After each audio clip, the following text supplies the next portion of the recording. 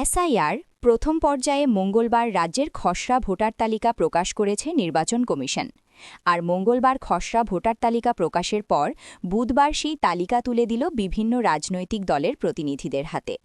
বুধবার এমনটাই ছবি নজরে এলো মালদা জেলা প্রশাসনিক ভবনে। সেখানে বিজেপি, তৃণমূল, সিপিআইএম, কংগ্রেস সহ বিভিন্ন রাজনৈতিক দলের প্রতিনিধিদের উপস্থিতি নজরে আসে। বিজেপির দক্ষিণ মালদার সাধারণ সম্পাদক নীলাঞ্জন দাস, জেলা তৃণমূলের মুখপাত্র আশিস কুণ্ডু, সিপিআইএম জেলা সম্পাদক কৌশিক মিশ্র এবং জেলা কংগ্রেসের সহসভাপতি ভূপেন্দ্রনাথ হালদার এদিন খসড়া ভোটার তালিকা নিতে জেলা নির্বাচনী আধিকারিক অর্থাৎ জেলা শাসকের কাছে যান। সেখানে জেলাশাসক তাদের হাতে প্রত্যেকের হাতে মালদার সমস্ত বিধানসভা ভিত্তিক খসড়া ভোটার তালিকা তুলে দেন। তবে খসড়া ভোটার তালিকা থেকে কারা চূড়ান্ত ভোটার তালিকায় জায়গা পাবেন, তথ্য যাচাইয়ের জন্য কোন কোন ভোটারদের ডাকা হবে, কবে হবে, সেই ব্যাপারে প্রশাসনিক আধিকারিকদের তরফে কোনো সদুত্তর মেলেনি।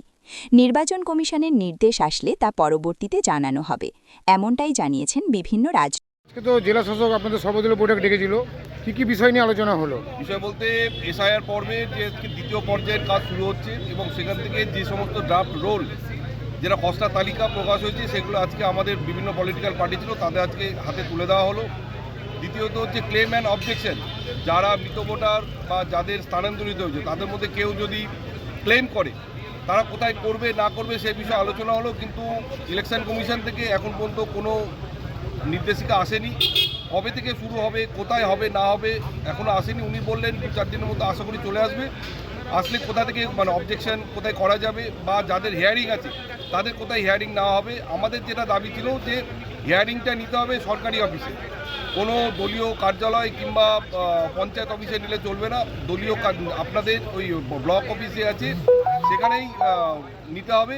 ডিএম সাহেব সেটা নোট করেছেন। আগামী দিনে সেই সূচিটা পেলে আমরা সেটা জানবো। ওই যে তৃণমূল থেকে একটা অভিযোগ করছে মালদায় প্রচুর ভোটারের নাম কাটা গেছে।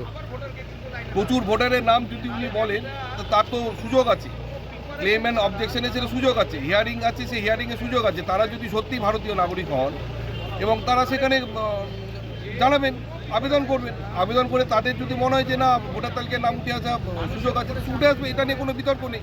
বিহারেও এটা হয়েছিল, এখানেও সেই একই জিনিস আছে, এটাতে কোনো সমস্যা নেই। নাম বাদ করতে পারে কিন্তু তাকে তার তথ্য দেখাতে হবে, তারপরে সেই নামটা অটোমেটিক্যালি উঠে। আপনার নাম? নীলাঞ্জন দাস, সাধারণ সম্পাদক বিজেপি।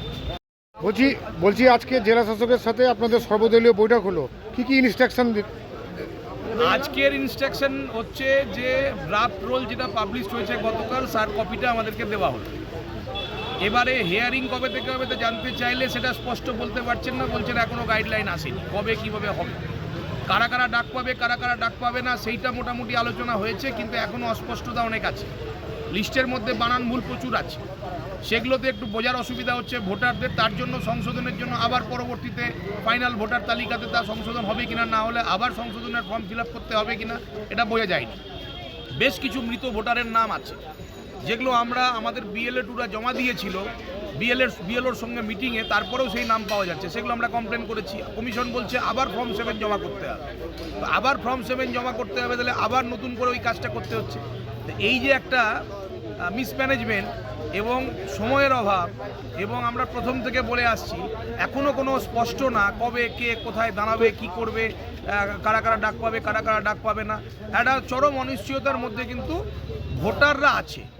এবং আমরাও কমিশনের কাছ থেকে নির্দিষ্টভাবে একটা স্পেসিফিক সব কিছু কিন্তু পাচ্ছি না।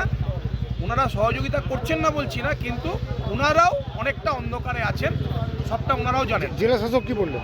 জেলা শাসক আমাদের সহযোগিতা চেয়েছেন, আমরা সহযোগিতা করতে প্রস্তুত আছি, তা নিয়ে কোনো অসুবিধা নেই, কিন্তু স্পেসিফিকভাবে বলতে হবে কোন কাজটা কখন হবে সেইটা না বলতে পারলে, এবং যে অভিযোগগুলো আমরা করছি সেগুলো যদি প্রপার ইনভেস্টিগেশন না হয়, অ্যাকশন না নেওয়া হয়, তাহলে হচ্ছে ভুলে ভরা ভোটার লিস্ট থাকবে।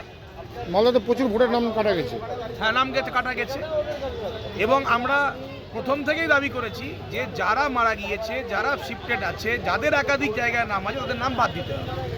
এইটা নিয়ে তো কোনো দোলাচলের বিষয় নেই, আমরা বলেছি এটা, আর সেটা আজকেও আমরা বললাম।